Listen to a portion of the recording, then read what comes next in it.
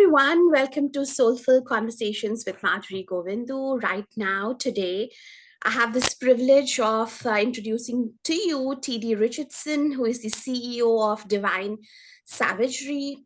He's a former USMC Infantry, Navy SEAL, and a Westside Barbell athlete as well. Life has been a wild ride and an amazing adventure for TD Richardson. He has over 26 years of service in the United States Marine Corps and the Navy SEALs. He embodies the principles of toughness, discipline, leadership, and drive with an extraordinary number of deployments, operations. And these characters have not only shaped his military career, but have also fueled his passion for service, and from leading platoons to joint task forces, engaging with church groups, community teams. He has had a fantastic military career. He founded Divine Savagery to impart critical life skills honed on the battlefield to those in the boardroom and beyond. And his mission is to help individuals realize their maximum internal strength and approach life's challenges with unwavering intensity. And Divine Savagery specializes in motivational speaking, business optimization, strength and conditioning, tactical training, drawing direct correlations between military experiences and civilian success. And he's driven by the same passion and dedication he had for the military, which we are very thankful for, that he's channeling all that into helping others becoming the best versions of themselves. He definitely believes that everyone is in the fight of life together, and strives to equip his clients with the tools to win. And I will help you with his LinkedIn link and the website for Divine Savagery later in our video today. But let's hear from him now. I can't wait to stop and definitely want to pass it on to him now. Today's session is called Grit. And his stories is one of the most inspiring stories that I've ever heard. So Tommy, can you share a bit about your background and the key moments that shaped your early life, right? That would help us. Sure. Yeah, most of my thanks for having me. I really appreciate it. And hi to everybody out there. Yeah, sure, absolutely. So it's most of the times that's from birth up until joining the military. That's usually described as the young part of the life. It gets me every time, like, golly, I'm that old now. But no, yeah, growing up, I grew up in the northern part of Texas, born in the swamps down in the southeast. My dad's business moved us to North Texas. And I grew up really tall. That was one of the big things that everybody kind of noticed. I was always the tallest kid in the class.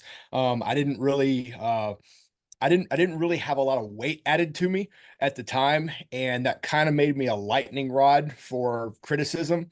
And with that, in the beginning of my life, I was not very athletic, so I'm pushed towards academics, and I was pushed, in my family through school and to do the best that I possibly could, because doing the best in school is then going to create success for you later. At least that's what I was taught. And that was the big emphasis was from the family was grades. Um, in early life, I started to get picked on a whole bunch, and it started off with just verbal, but being that it was the 80s, bullying looked a smidge different than it does nowadays. Things really went from verbal to physical pretty daggum quick. And I had the thick Coke bottle glasses and not a whole lot of friends. And before I started going into athletics, I was also I was a Boy Scout. And within the scouts, yeah, it was great, it was awesome, it was a lot of good life experiences. But it was also kind of had that nerd or dork mentality, aura about you, walking through school and things like that. So it was a smart kid, did the Boy Scouts, long and lanky, not very athletic. So kids, I guess they just didn't feel comfortable with themselves, or they wanted to make themselves feel better about themselves or something like that. And that's where everything kind of started, and they took a lot of their aggression out on me. As the years progressed on, I continued in Boy Scouts. I actually got Eagle Scout pretty early. Really enjoyed that. Loved the outdoors. I grew up hunting with my family. And it just the beatings went from bad to worse, right? Mm. So it went from the verbal to just the pushes and shoves, the shoulder checks, the knocking your books out of your hands, to where it was just, not just one but several people, throwing hands and beating you down and putting you in lockers and throwing you in dumpsters and all kinds of things like that. Had a lot of negative effects and lead you to not very happy places in your head. Well, as I grew up taller, I decided to start working with athletics. I found that I was pretty good at long distance running. I like throwing discus. I like doing some track and field events, but basketball is kind of where my heart was. And that not only helped me, but also opened up a whole other can of worms for a different type of beatings. And it was just kind of just taking punches all the way up through high school. And my family was there. My dad and my mom supported me through everything. They funded me the best that they possibly could. And I know my dad and my mom worked hard. My dad was an electrical engineer. My mom was a school teacher, and they did their absolute best. I know that they did. Uh, but it was very, very strict. The household was, and not a lot of room for error. So when that happened, that usually came from, verbal berations, mostly from my father. But it was one of those things where I kind of always felt like I was never good enough and was never going to be anything. And then everybody at school was telling me that too, because playing basketball, what do you do as a kid? Well, I want to go play in the NBA. So then it's, might get broken down. Well, you have to go, do high school, college, and then, go on from there. But I was playing pickup games. I was trying to play league play. I was playing as much as I possibly could. Thought I had a pretty decent shot, but college came around, and the letters went out, and what had happened in high school, a lot of the coaching staff kind of took we'll just say a dislike to me. Um, and that, led for opportunities to be closed. So, but come to find out, that wasn't where I was supposed to be in the first place. But my grandparents, on my mom and my father's side, were both World War II veterans. One was in the Merchant Marines, the other one was in the Army as a dentist. And I had a couple of other uncles that were in the Marine Corps. And one of my uncles was kind of seen as the Captain America of the family. And everybody kind of pushed towards him and gave him all the respect. And I went, okay, well, if I'm going to start by getting respect in my family, I've got to be able to, do something kind of like what he did. And that with, the family always was very patriotic, very conservative and very, aimed towards helping serve others and defend the country. So that's kind of what led me and guided me into heading into the military. And then that's basically childhood right there. Thank you, Tommy. I'm so tempted Yeah. to ask you this. I want to Go stick to ahead. it, but let Okay. me ask you this, that right now there is so much of bullying as well, and bullying is Yeah. happening at a very advanced level these days. As a psychotherapist, I speak to a lot of adolescents who are going through bullying right now, right? Someone who has been there, done that. Now that you look back, one piece of advice that you have for adolescents of that age during their childhood, how to deal with bullying, what Hmm. is one piece of advice you have for them, Tommy? Stand toe to toe. The you beat bullying by not letting it get to you and by fighting back. Right. Most bullies are cowards. It's because that they think that they have something up on you, but they're actually jealous of you for whatever it is, right? Or they want to prey on the weak. But the reason, and they see you as weak, as a target. So I would say hard target yourself as best as you possibly can. Find a good outlet that's creative for you, that stimulates you in a positive direction, and don't worry about what other people say, because it doesn't mean anything. What matters is what you believe and what you know to be true about yourself. Okay. And we can get into the, God and the Jesus part and my side of the story, in a little bit. But I'm going to tell you right now, you ain't going to find no better strength than you do in Christ. So, and that's brought me through immeasurable pain. So, I would say stand toe to toe and don't and know that it will end one way or another. That individual is going to get theirs. It may not be yours to seek vengeance, but I'm saying there's nothing saying that you can't stand toe to toe. Yeah, you might get hit. Maybe. I don't know how bullying goes nowadays. Back in the day, you were going to get popped and you might get in things may escalate. Or what could happen is that they're not going to be expecting it and then they back down. But I'm saying stand your ground because your ground is worth it and you're worth it. So true, Tommy. Stand your ground right there, right? Even before you can escalate Right. it to parents or teachers, stand your ground, right? They Right. may not be there always for you, but the strength that you have offered to our viewers today to stand your ground is incredible. Thank you for Yeah. sharing that. Because nobody's coming. Nobody's Always think that coming. way. Yes, yes. I'm with you on that. Nobody's coming. And that's what they say, right? God helps those who help themselves, That's right? right. You stand right there helping yourself. He'll carry you when he needs to carry you, but he'll also meet you halfway. But he also wants you to step up and go toe to toe. And there's plenty of stories in the Bible proving that. Agree, totally agree with you on that. And that brings me to my next question. Sure. A lot of people look back into their lives and they think, oh my God, my childhood could have been better, which a lot of us Of feel course. like, right? But tell me something, having the tough childhood, which a lot of us have, now that you look back, right, what served you? What was a gift to you from your childhood that you feel, you know what, I am who I am today because of that childhood? What do you take away from your childhood, Tommy? Tough times breed tough people. Yes. It's pretty simple. I can keep going into detail on that one. It's just that the fact of the matter is that if you get everything handed to you on a silver spoon and a silver platter, then you're not really going to understand how to suffer. And I'm not saying that suffering is good, but I'm saying suffering can lead to something better than you can ever imagine. And the trials of life's going to keep swinging, right? And you're either going to take the hits and keep pushing through it, or you're going to let it beat you to your knees and then to your face and let it keep you there. It's up to you. It's a choice. It's a crossroads.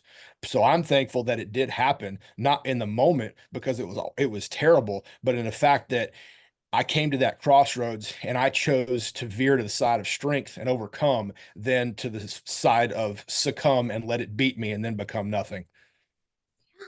Yeah. So these, what doesn't kill you makes you stronger. So it just made you stronger from there, right? I had Oh, to make a choice. yes, yes, love that. I want to leave it open to you now, Tommy. There are so many inspiring leaves from your book called Tommy Richardson that we can pull any leaf and get inspiration out of it, right? So, Sure. military, your connection with Jesus, I want to leave it open to you now. Maybe Sure. we'll hear more of your story today. So, your Sure. experience in the military, right? Maybe we can talk about that. Okay. Sure. Yeah, I joined the Marine Corps in college and spent 9.5 years serving from what was it, 98 to 2007. So I joined pre 9/11. And when 9/11 kicked off, my unit got kind of activated to go help out up in New York City, or got put on standby. We got issued all the riot gear, and we were going to help do cleanup. We never got called up, but that was a pivotal moment, and we were like, okay, now we're all going to war. Before it was, we were all practicing, and we'd been hearing a lot from a lot of the instructors that were, post Grenada, and some of our guys were Vietnam era folks. And then Desert Storm guys too. Uh, so that's kind of all we had to go off of, other than just reading history books. But we had no idea that it was going to be our time, but we knew our time was here and it was going to start happening. And lo and behold, it was. So multiple deployments. Did a lot over in Asia, did some in Latin America, and then Iraq. So it was a good ride and a lot of good learning lessons. I learned a lot about leadership, and a lot of the things that I teach and bring to folks nowadays kind of come from everything that I've learned, really from failing, but also from successes as well. But being able to put together kind of a package that pretty much works for almost anyone, no matter what business it is that they're in or walk of life that they're a part of. And I understand also that not everybody is a leader, but that's kind of what drove me into that leadership style and position. Um, so after Iraq, I took a billet at the School of Infantry to teach a little bit. Wanted to go into Force Recon, which was the special operations of the Marine Corps at the time, before MARSOC was even a thing, and passed all that and was getting ready to go. And I was told it was never going to happen. And got my orders tore up in front of my face. And I went, okay, cool. So we're going to go a different direction. So at that time, I had a buddy of mine that I grew up with. He had just finished jump school down at Fort Bragg, and then he came up to Lejeune where I was, and we chatted for a bit. And he was going into SEAL teams. He goes, "Hey man, why don't you come over?" And I went, "All right, well, is that even a thing?" He goes, "Yeah, man, let me make some calls." And it just so happened that his twin brother had just been through some pretty big stuff. And all of us grew up together and trained together under the same guy. And it just one thing led to another. They set up some good interviews. I took the tests and whatnot, and the right people in the Marines were lined up for me that really supported and advocated for me. And I just hit all the wickets. And next thing you know, I'm stepping on the quarter deck at Naval Special Warfare Training Center, Basic Training Center out in Coronado, and I'm going through buds, right? So did that. And then it's been 16, almost 17 years in the SEAL teams, multiple deployments, and multiple opportunities of all over the place. Teams took me through Europe, Southeast Asia, all over the place. So it was, and yeah, it was a good time. It was a good ride. A lot more learning experiences that happened. More of puzzle pieces that built what I'm helping bring to the table today. And you always wonder kind of what's it for and why am I here? And it really is all to me. It is just putting me together to make what God wants me to give to people and why I'm on this planet. So, yeah, that's about So that. inspiring. So Yeah, inspiring, Tommy. Immensely inspiring. And tell me something, were there sure. moments till this journey where you felt like giving up because it was so tough? And what kept you going? No, Maybe a absolutely. lesson for us. Mhm. Go ahead. Sure. Sorry. Yeah, no, it is absolutely. I mean, I almost did the ultimate give up, right? So I was 14 years old. I almost committed suicide. I was staring down a barrel of a pistol. I still remember the shine at the end of the bullet as I was kind of taking the slack out of the trigger with my thumb. And I I was just sick of everything. I was sick of getting bullied. I was sick of the pressures at home. Um, and I really was starting to succumb to that worthless mentality, right? And I didn't want to feel it anymore. I didn't want to hurt anymore. But I audibly heard, "Stop, don't do it. I've got something for you." And I went, "Okay." So I took the slack out and I was like, I have no idea what the heck that was. And most people would say, "Hey, it's your conscience or whatnot." But I know for a fact that it was the Holy Spirit wanting to come in. I hadn't invited him in yet, but it was wanting to. And that it was just it made me start questioning things. So I took the slack out, put the pistol back, and then I was like, all right, well, I guess we got to drive on. And it was just more obstacles ahead, and I had no idea the gravity of what the obstacles were going to be, because as life goes on, they kind of progressively get harder, but one actually trains you for the other, and we'll talk about that. But yeah, that was kind of a pivotal moment for me, and getting through that, I think, kind of taught me how to get through everything else, or at least it was the beginning of the journey of how to be resilient. Yeah, yeah. And let's talk about your connection with Lord now and God, right? Yeah, So, well, absolutely. let's touch on that piece. And before you Yeah. share that, I also want to share with you on how much I resonate. Jesus for me is kindness, love, forgiveness, right? And I remember was about 19 years old, my fifth visit to the church, and I was struggling to get up early and go to church. And I still remember previous night I prayed and said, Lord, help me. I want to go to church. I want to be a part of you and your divine word. I'm just not able to, with so much to do right now, college and stuff like that. And you won't believe this, Tommy, and for all my viewers right here, I still remember that moment when 4 in the morning I heard this voice in my ear that said, wake up. There's just two words that said wake up. And I know that wasn't anything else but the Holy Spirit, right? It just said wake up. So thank you for sharing your incredible story. But walk me through your faith and what role did Lord play in your life, right? If you can just tell us more about that. That is a whole other book, honestly, of all the wonderful things that he's done and the crazy things that I've seen. And I'd said in another podcast that, truth is stranger than fiction. And Sure is. no, I believe I was 22, and that's when I came to know him. Uh, my wife and I actually got baptized together, and it was a big thing. That was a huge moment, and I'd been somewhat of a timid, shy individual, and I was always that guy that was in school. They'd say, "Hey, we've got to go do a speech," and I'd be up there with the paper, just jackhammering, shaking, scared, and sweating, and just I barely read the paper. I was like, I just want to get through this as fast as possible, to where I came up out of the water preaching, like just talking to him. And I was challenging men, if they hadn't done it, to do this, and to, really, it's almost like this huge clarity hit me. All right. Now, I'm not perfect in any way, shape, or form. I've had my transgressions. I've done my backsliding 100%. But I will say, and one of those things too is that I'm not one of those Christians. It's like, oh, I've got it now. I get it, and I'm better than you. Absolutely not. I know I need Jesus, and I need him till the day I die, and then on into forever, right? Because that's the whole thing, is to keep in that repentant mindset of, you're going to fail, you're going to trip up, you are imperfect, you never will be perfect. You can strive towards it, right? Because we were given that perfect example.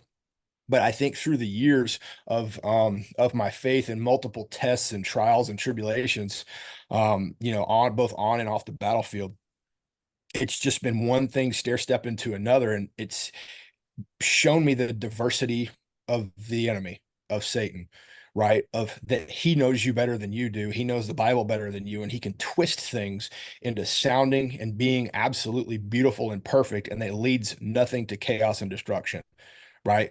But you keep that, but to keep on the straight and narrow, and and as you off ramp, being able to come back to it and understand, and getting a deeper understanding of what it is to do wrong and what it is to sin, and then to be able to go back to a place where I know that my Father is there, and he's got open arms for me, and he's going to accept me no matter what. And not only that, he's going to teach me to do better next time. And he's going to give me and equip me with the people, the tools, and the knowledge, the things that you should be praying for, in order to beat that, and to overcome whatever it is. And with each issue that I've had throughout my life, he's brought me through it.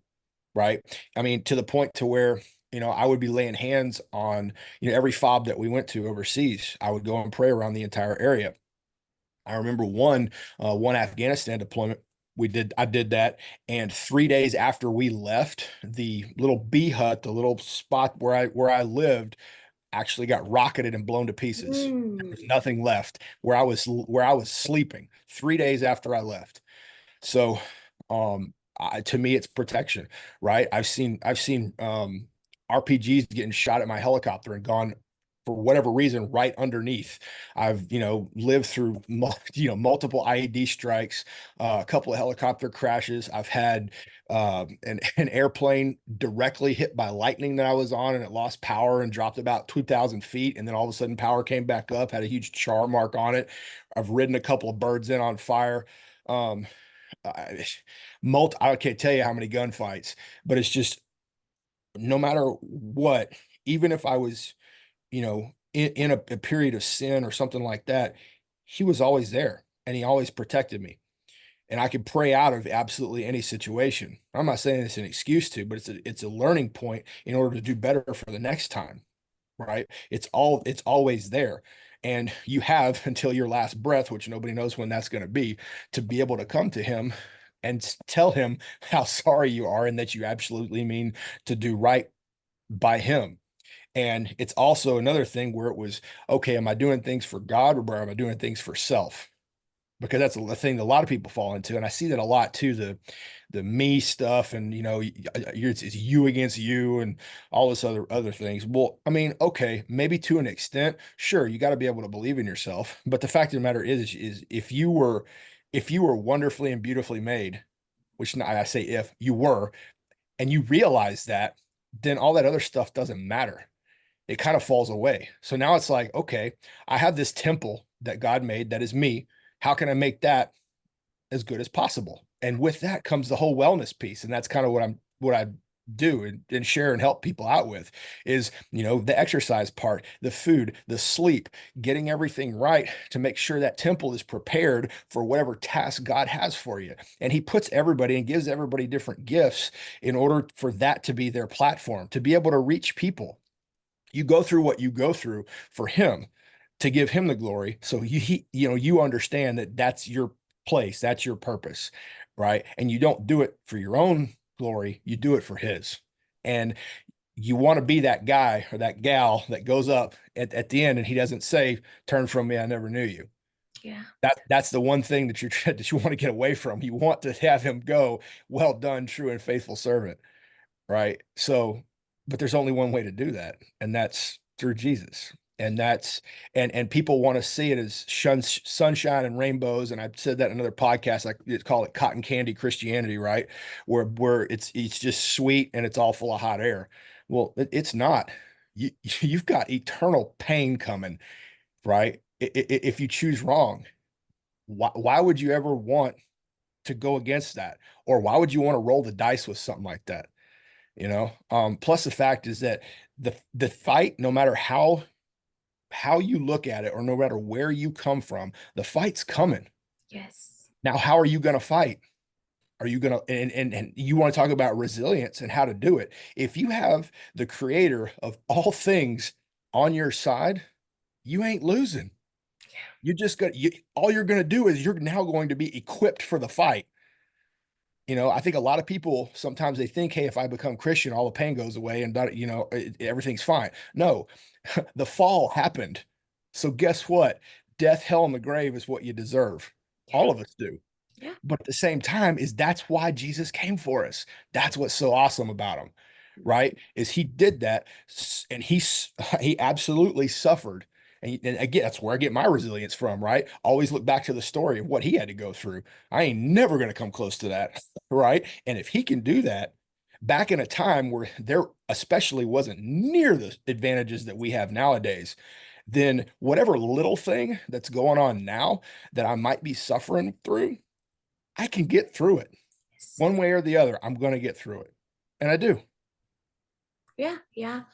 Reminds me of what happened that day, right? When he was being hit by stones and bleeding, a thorn on his head and all that, and he was still saying, Lord, forgive them because they don't know what they are doing, right? And that is the lesson I learned from him. And we are no way close to that kind of a suffering he faced, and he still sent a lesson that we can forgive, right? So no, I agree with you. And the second beautiful thing that you said today was how we need to empty ourselves and clean our vessel and offer it to the Lord and say, Lord, I'm empty, I'm clean, I'm like a flute right now, which is Sure. hollow, which has nothing in it. And only then you can play the flute. That's right. Only then you can use that clean vessel, right? So you Right. clean yourself of your impurities and present it to the Lord and say, hey, use me now. And that's such a beautiful thing that you told to our viewers today, Tommy. That brings me to divine savagery, right? And I know you're helping people in incredible ways, right? So tell us more about, when was divine savagery born in your head? What do you do, and how can so many of our viewers right now reach out and benefit from it? And tell us more about that. No, sure, absolutely. It was probably about maybe 5, 6 years ago, I started thinking about it. I was, coming to the tail end of the military career, and it's like, well, what am I going to do when I grow up? And most of my interesting creative thoughts honestly happened in the gym for me. And I remember I was going through one really rough workout, and it just hit me. And it was like, all right, well, I got to start a business. All right. Well, I've always been in some sort of business of serving, and maybe it's stubborn, maybe it's hard headed. I don't know, but I really don't want to work for anybody else. Right. I'd prefer to kind of not to say that I've got, issues with power and whatnot. It's just you go through so many things in your life, and it's just like, I want to do something that I can start from the ground up. If I fail, it's on me. If I succeed, it's on me. But with the help of God, that it's not going to fail. So it's like, all right, Lord, what do I come through? And what is it that I'm supposed to do that will be able to give you the glory based off of everything that you've allowed me to go through in life? So that's when the name hit me.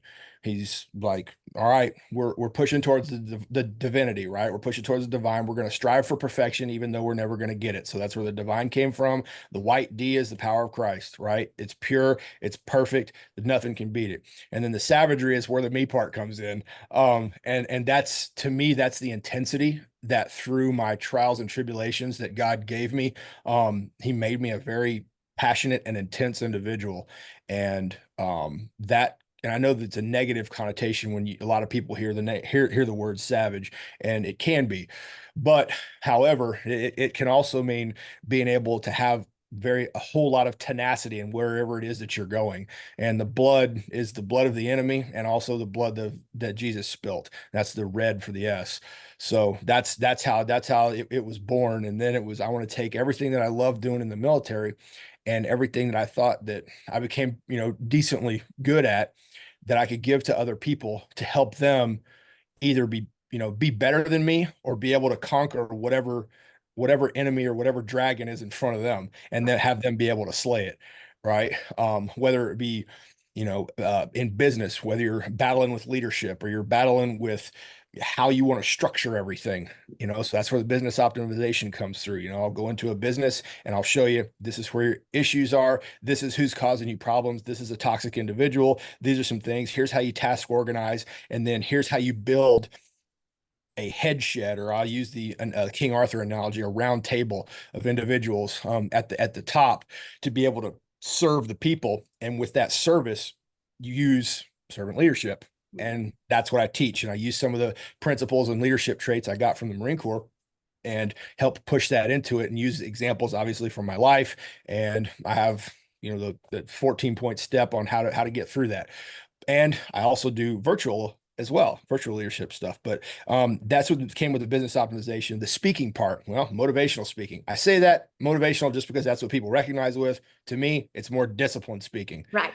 Because discipline's going to get you there. Motivation's fleeting. It's only going to give you a little spark, but it's not going to start the fire. You need the discipline to keep the fire. So I show people how to do that, and I do that through, again, life stories, everything that I've learned throughout the military. And because I've been in that most extreme environment, it resonates pretty much with anyone. So that's what I like about it, is the diversity and complexity of being able to do that. And then there's the wellness piece, being able to help doing the mind, body, spirit strengthening. Okay. So how to do mental resilience, mental toughness, which to me, I do focus on the mind, but I focus more on the heart, and the heart and mind connection, which makes the will, which then that means that's indestructible, is your will. And that's kind of where the resilience piece, and I'll go and talking into that. The physical strength of everything and strengthening is, hey, all right, I'm going to show you how to hit the gym. How have I done it? I've learned through years and years and years of physical training, of doing it right, doing it wrong. I've overcome some really, really big injuries and surgeries. And I've found a system that not only works for me, but will work for absolutely anyone. And I want to be able to utilize that to be able to help get people stronger physically, because the stronger you are physically, well, the longer you're going to be around. Because if you slow down, you go down, right? So then it's all right. Well, how are we going to change up the diet a little bit? And then how are we going to do sleep? Worked through all types of sleep issues that we've had from my, brothers and sisters in the military, and working through myself as well. And I've got a pretty good way to help people out, but then to be able to put it all together and make you that strongest version of yourself. And then also with wellness is physical protection. So I do tactical training as well, from concealed handgun up to executive protection companies, and making them better through tactics learned overseas. And that's pretty much the brunt business. Sure. Feels like a bouquet of flowers right here. Go pick whatever you want, right? Tommy, it Right. feels like you are like a one-stop solution for a lot of stuff people need help with right now. So maybe later we can share your details with our viewers, and Sure. hopefully whoever needs you will definitely reach out to you, right? I want to talk a little bit about your personal life right now. So when you Sure. say discipline, right, do walk us through how does your day-to-day looks like, right? What kind of stuff do you do on a day-to-day basis for your own discipline, right? Tommy, walk us through that a little. Yeah. No, absolutely. Routine is huge. It really is. And honestly, if you read anything anyone that's been a prisoner of war, you are that's how they got through those trying, where they might not know what's coming. It's just finding the little things. And I learned that through Bud and through Hell Week as well. Go meal to meal and understand that I know the next meal is coming. So anything I can do anything for a few hours.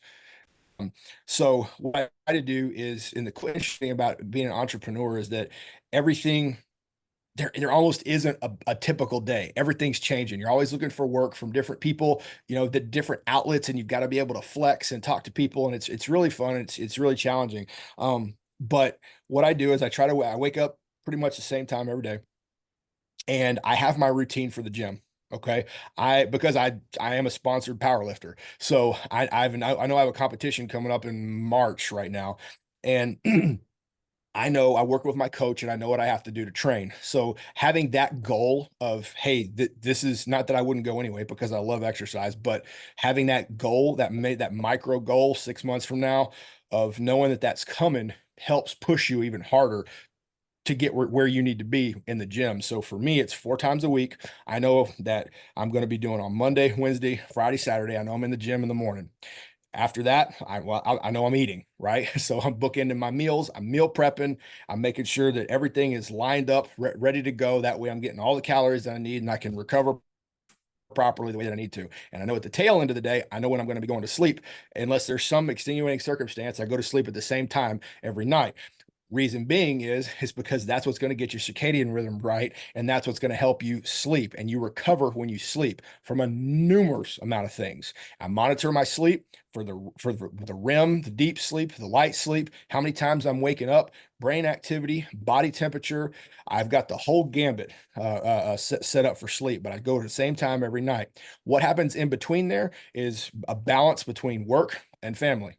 Okay. Making sure that, I'm texting my kids that are in college and making sure that they're doing okay or they need anything. And then I'm at home, so anything that needs to be done around the house, I'm helping out, and I got a little guy running around too. Anything I can do to help him out, I will, and I have the flexibility to be able to do that. But that's kind of like I'm not really sure what's going on. And then between the podcast, the virtual meetings, and the teachings, I just develop my schedule and I write it out, and everything works okay. And then I've got travel trips in between there, and when I go on travel, guess what? I make a routine too. I know that I'm going to an event. My event has a start and a finish time. Anytime after that, that's mine to schedule. So what am I going to do? Well, for me, I'm going to find a gym and I'm going to find food. Right. Right. So, and then I'm going to make sure that I understand what's going on. So that way I'm eating during that event. And yes, I have been that weirdo with the little plastic thing of food and eating during a conference.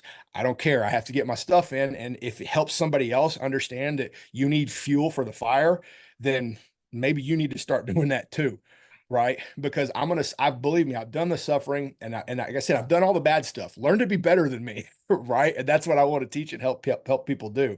Um, and then it's the same thing. I'm regulating my sleep. If it's a time zone change, I'm trying to dial it in as good as I possibly can.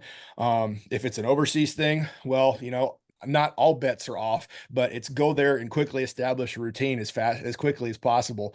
And then don't sway from it. And Yeah. if I can't, then I need and I need an accountability partner or somebody to help me out or somebody to kick me in the tail, then I'm going to do that. Personally, I'm at a point right now, I don't need somebody to do that because I can do it myself. It's being self-motivated and self-disciplined. That also comes with Galatians 5, right? Self-control, part of the fruits of the spirit. So that's what I try to roll with. And that's kind of my day. Right, Tommy. You give us two important takeaways, right? One is to create a routine, two is to don't sway away from the routine. And if you need any help with either creating the routine or if you're swaying away and you want to be consistent with the routine, then the right person to reach out to is Tommy Richardson. So thank you for that. Sure. We appreciate that. It's like practicing what you're preaching, right? And we can see that in your physique, your energy. It shows up that discipline just goes a long way and is paying you in the long run, right? So thank you for sharing that. For our Sure. fellow veterans, Tommy, I want to switch a little bit to our military experience and veterans right now. Sure. I'm a veterans counselor. I see 37 of them right now, and I'm writing a book for them called Thank You for Your Service.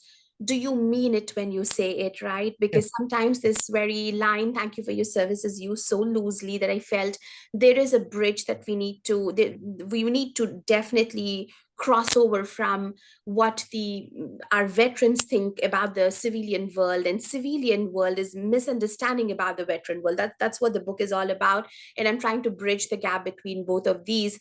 But Tommy, one question I have for you, one is for civilians and one for veterans, okay? There are a lot of veterans who come back after deployment, reintegrate into the civilian world. Some of them are lost.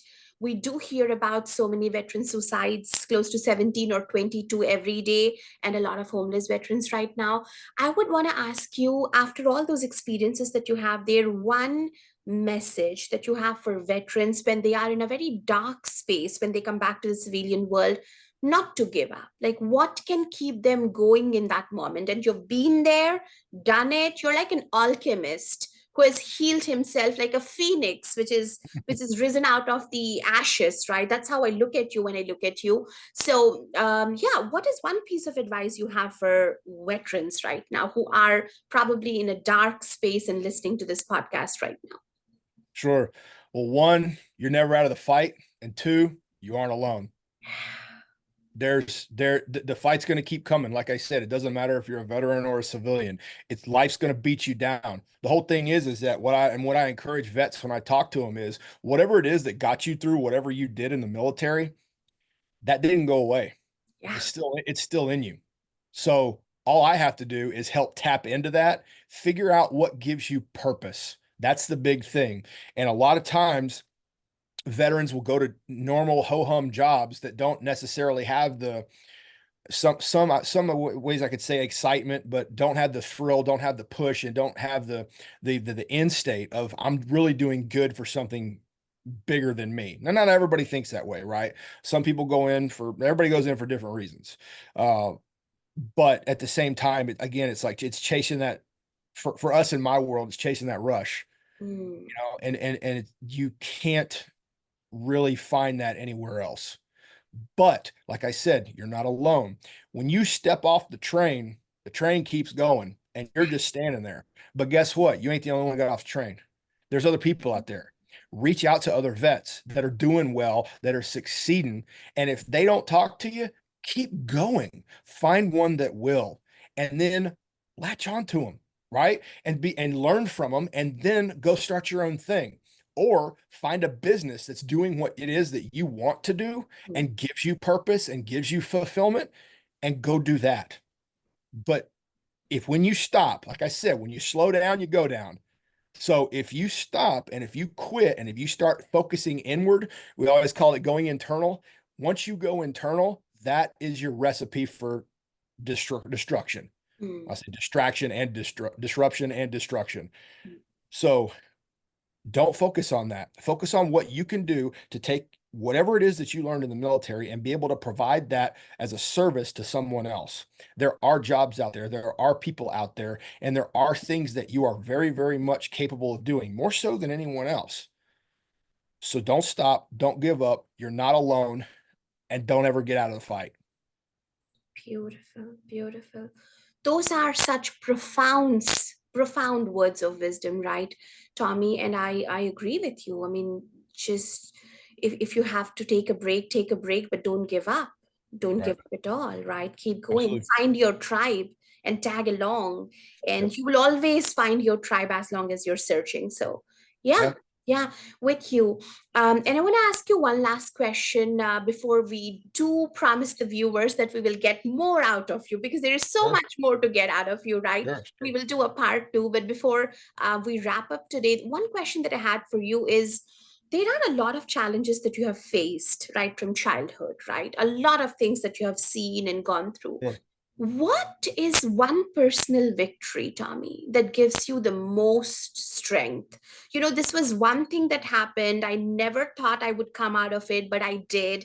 And that I kind of carry. That's like my engine. That what gives me all the power to keep going, right? What would that be for you? Jesus. Yeah, Simple. I yeah. mean, there's nothing better than that. That's where all my strength is coming from. Even when I had strength and I didn't even know it, and I didn't know it was coming from, it's all come from him. He's the one that keeps me going because he needs it for God's glory, right? He's going to use me to show everybody one, what not to be, but one, what you could be.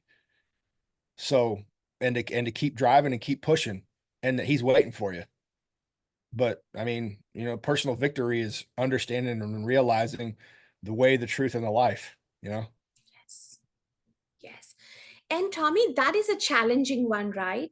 A Hmm. lot of people at different stages dip in, wet their feet. At some point in time, they dip out and they don't know how to go back. And he's waiting for all we lamps to come back, right? But tell me something, someone who is listening this and they have temporarily swayed away for XYZ reasons that we can may or may not fathom, how would we inspire them to still keep going or believe, right, Tommy? Because what you said is right, but that is the most challenging thing right now as well for a lot of people. What piece of advice do you have for them? For me, I'm playing direct. Stop being selfish. Mm. Most people, most folks I see that stray away, it's for personal reasons, right? Oh, well, I don't want a God that's vengeful. I don't want, a God that would do all those, and they focus mostly on the Old Testament stuff. I don't want a God that will ever do that. Well, if you dive into any of those stories, there's a purpose and there's a reason, and it was because humanity messed up. That's why. He gave us the free will to believe in him or not. And for those that, move away, well, the farther you move from him, well, guess what? The more he's going to move from you, and you're going to start seeing trouble happen. And even if you do find success, you always, at least I always fall back to, you know, what is it to gain the world, but to lose your soul in the process? None of what it is that you amass in this world will go with you into eternity. Mm. I don't, I mean, look, King Tut or any of those guys, they're buried with all their treasures and organs of different stuff, whatever. Cool story, man. Where's that now? Right? How's hell working out for you? So I'm good, So if you sway, what I would say is stop being selfish and start looking up back where the only place that you can actually find true happiness, joy, and put a smile on your face and your heart, and then give that to other people. Stop being selfish. That's it. So true. It often quite grills down to being selfish, and unless someone points it out to you, you cannot see yourself. You cannot see your own actions. And when you see the mirror, you're like, okay, all the time I was the problem. I was being self centered, mean, or selfish, and I'm not able to take that leap of faith right now. But the moment you take that leap of faith and leave that I, me, myself, you will see God working in your life. So, yeah. Oh, absolutely. And I tell people that too, like CEOs of companies when I go to, big businesses. And, these are guys that are making millions and millions of dollars. And I always ask them, I say, look, man, you call me for a reason. Something's wrong here. You want a mirror shoved up in front of you? And then they'll sit back and go, oh. The good thing about him, you see with most team guys, with most SEALs, is we don't care what other people think. I don't care. I've had to talk to people, all the way up to 4 stars on their collar, and delegates up to the Secretary of Defense. I do not care, right? So you put your pants on one leg at a time, just like everybody else. You're not flying anywhere. You ain't got a cape. You're not Superman. You're just a person. You're just a man. You're just a woman. That's it. So I always say, do you want a mirror shoved up in front of your face? And if they tell me yes, I'm like, well, get ready to get what's coming back at you. And believe me, I'm doing my research, but I'm going to tell them what the problem is. Most of the time, sometimes I've had people call up and they think it's their people problem, and the people problem's them, right? The tail's going to follow the head. So leaders, right? If you're leading, you're leading out of self and you have a wolf mentality, we're going to switch you over to sheepdog and make you a protector, because that's your job as a leader. So that's kind of what I'll help show them. But I see that a lot with big business guys, the selfish piece. But if they are able and willing to be able to look at that mirror and accept what I'm telling them, they always end up that much better. I've never seen one not get better at some point, whether it be saving money or actually saving lives within the companies with being hiring the right people and getting rid of the toxic.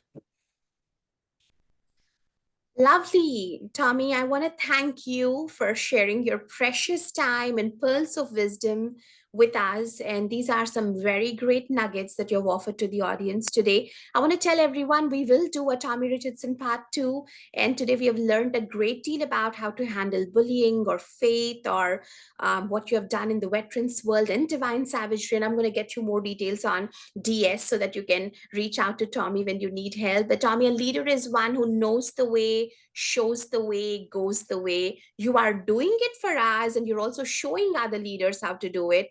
So I want to thank you for sharing your inspiring, incredible journey with us. And we have a lot more conversations ahead coming up. Thank you, man. Appreciate it.